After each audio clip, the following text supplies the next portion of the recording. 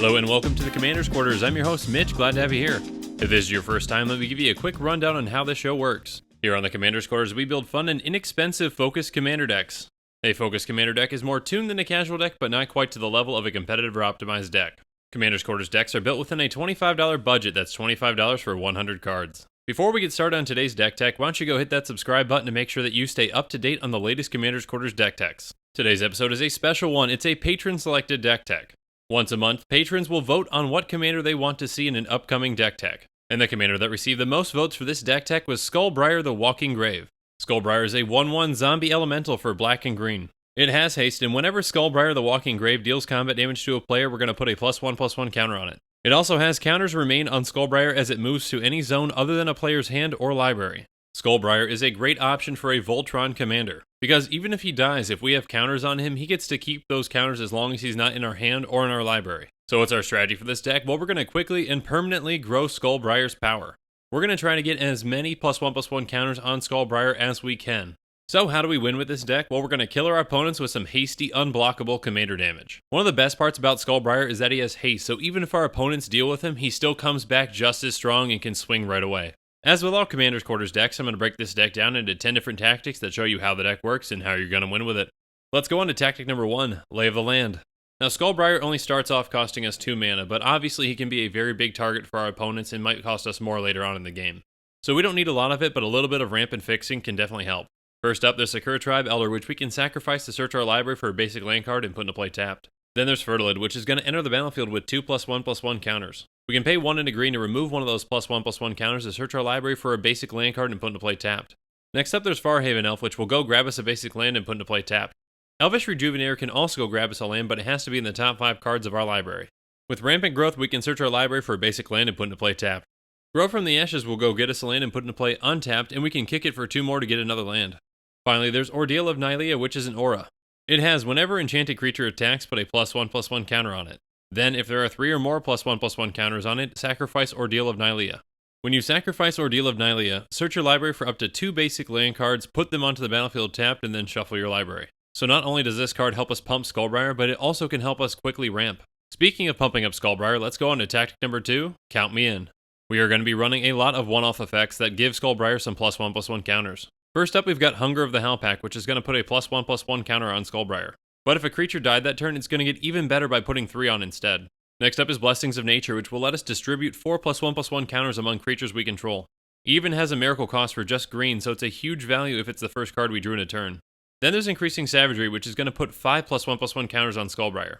On top of that, if we flash it back for 5 green, it's going to do 10 counters instead. Strength of the Tanjiro is a great mana sink in this deck. At instant speed, we can add X +1/+1 counters onto Skullbriar. It also has the ability to multi-kick it, but we're usually not going to do that because we just want to focus on Skullbriar's power. Next up is Verdurous Gearhulk, which in most decks can be a big threat himself. In this deck, however, when he enters the battlefield, we're going to put his 4 +1/+1 counters onto Skullbriar. Finally, we're going to be running Shape of the Wittigo. It's an aura that's going to put 6 +1/+1 counters onto Skullbriar. And as long as we attack with Skullbriar, it's going to get an additional +1/+1 counter at the beginning of our next upkeep. If we didn't attack or block with Skullbriar, it's going to lose a +1/+1 counter. Most of the time, though, we'll be attacking, so we don't have to worry about losing those. But we like to have a lot of consistency when it comes to gaining +1/+1 counters in this deck, so let's go through some of those consistent ways in tactic number 3, keep counting. Forced Adaptation, Ring of Colonia, and Ring of Zathrid are each going to give Skullbriar a +1/+1 counter at the beginning of our upkeep as long as they're attached to him. On top of that, Ring of Colonia is going to give Skullbriar Trample, and we can regenerate him with Ring of Zathrid. And then if we have Blade of the Bloodchief attached, anytime a creature dies, we're going to put a +1/+1 counter on Skullbriar. Eternal Thirst is very similar, but it only applies to opponents' creatures dying. But there is an additional benefit to it. It's going to give him lifelink, which is huge for this deck. With Armory of Iroas equipped, whenever Skullbriar attacks, we're going to put a +1/+1 counter on him. Then we've got Retreat to Kazandu, which has Landfall. Whenever a land enters the battlefield under our control, we get to pick one of 2 options. We can either put a +1/+1 counter on target creature, or we can gain 2 life. The vast majority of the time, we will put that +1/+1 counter on Skullbriar, but there are times where we do need to gain life, and this card comes in huge. Next up is going to be Predatory Hunger, which makes Skullbriar bigger every single time an opponent successfully casts a creature spell.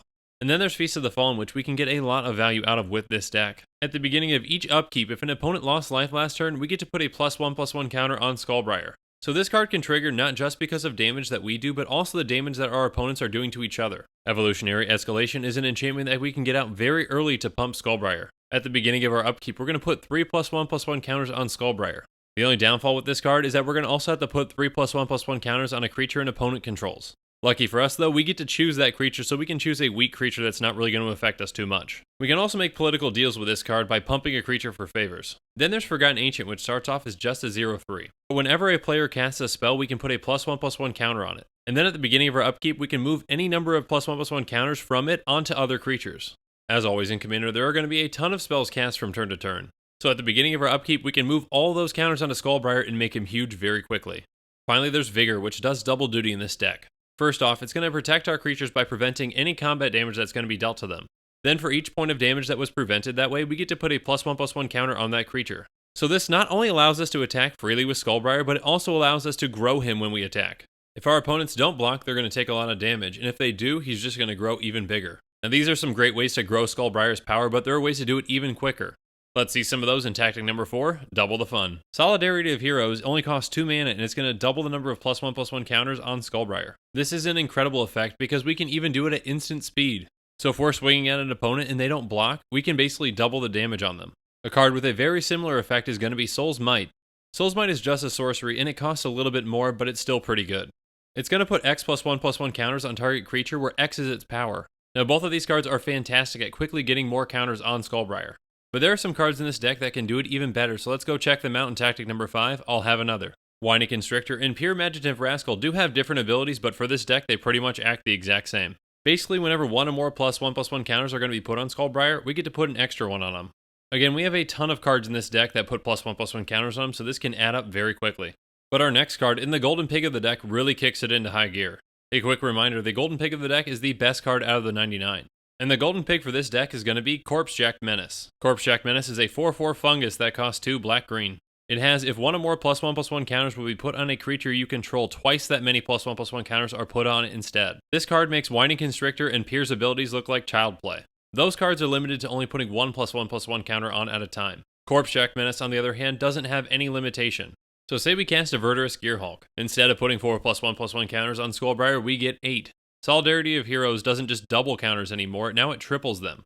And with Forgotten Ancient in play, it just gets insane. Now anytime a player plays a spell, Forgotten Ancient's going to get 2 +1/+1 counters. And then when we move those +1/+1 counters onto Skullbriar at the beginning of our next upkeep, we get twice that many.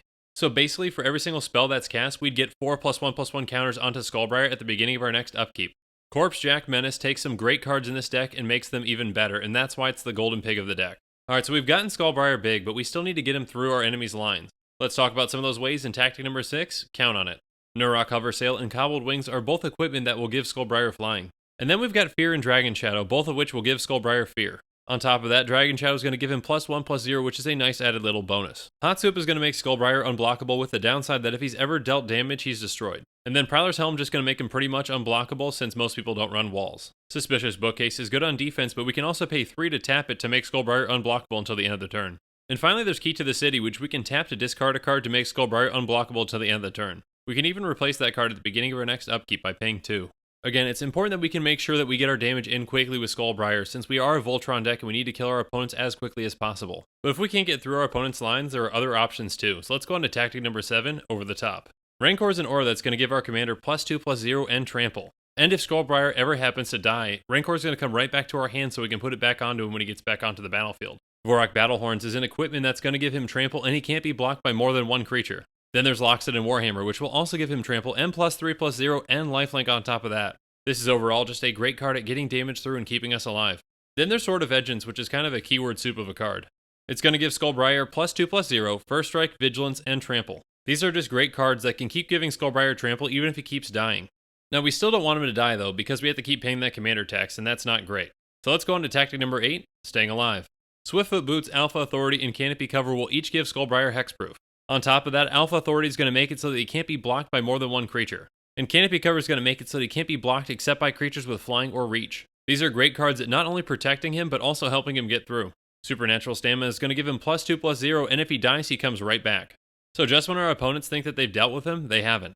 Seedling Charm is a very versatile card in this deck. We can use it to do one of 3 things. We can either return an aura to someone's hand, we can regenerate Skullbriar with it, or we can give Skullbriar trample. It's just a very flexible card that can help us out in a wide variety of circumstances. Then there's Spider Umbra, which is another great way to keep him alive. Not only is it going to give Skullbriar +1/+1 and reach, but it also has totem armor.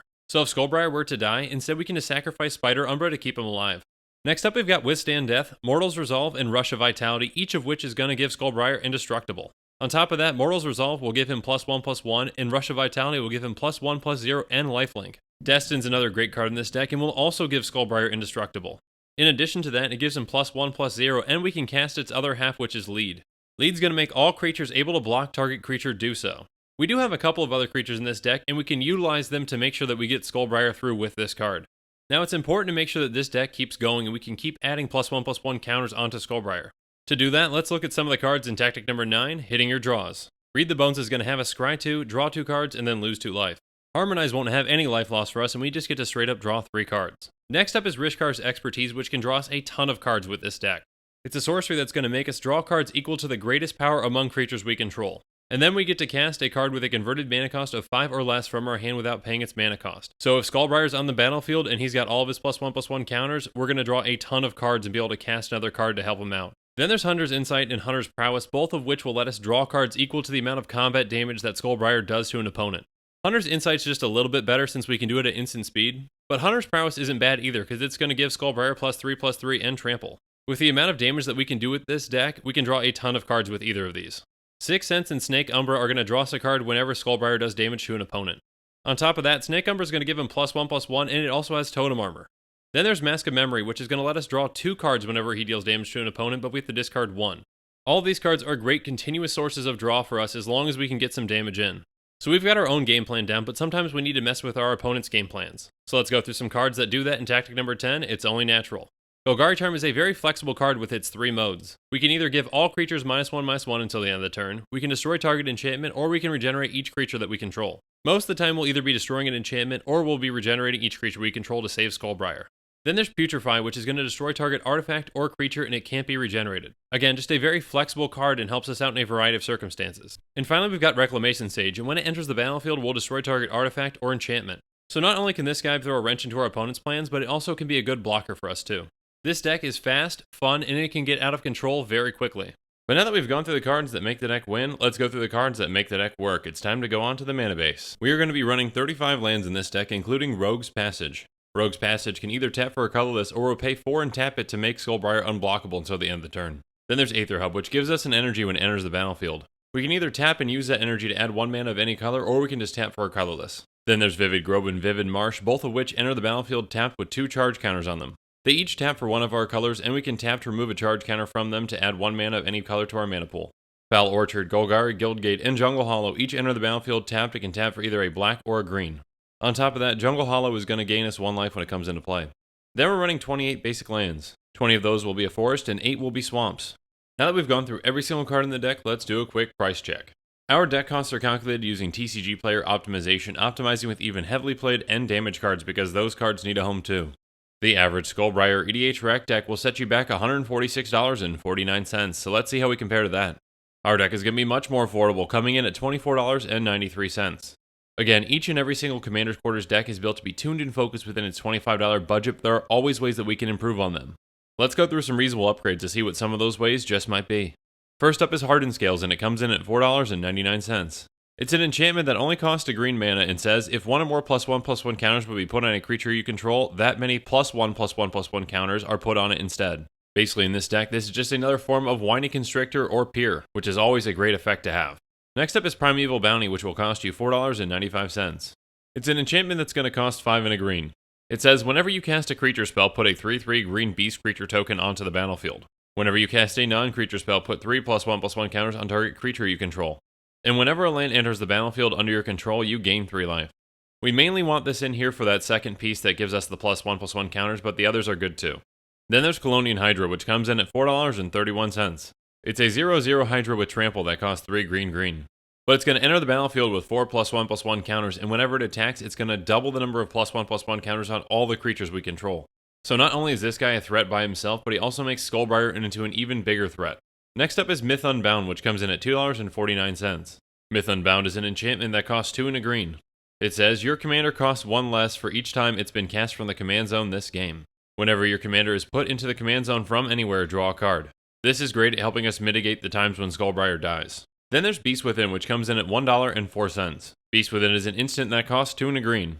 It says, destroy target permanent, its controller creates a 3/3 green beast creature token. This is just a very versatile card and can deal with pretty much anything. Finally, there's Windgrace's Judgment, which comes in at $6.36. Windgrace's Judgment is an instant that costs 3 black-green. It says, for any number of opponents, destroy target non-land permanent that player controls.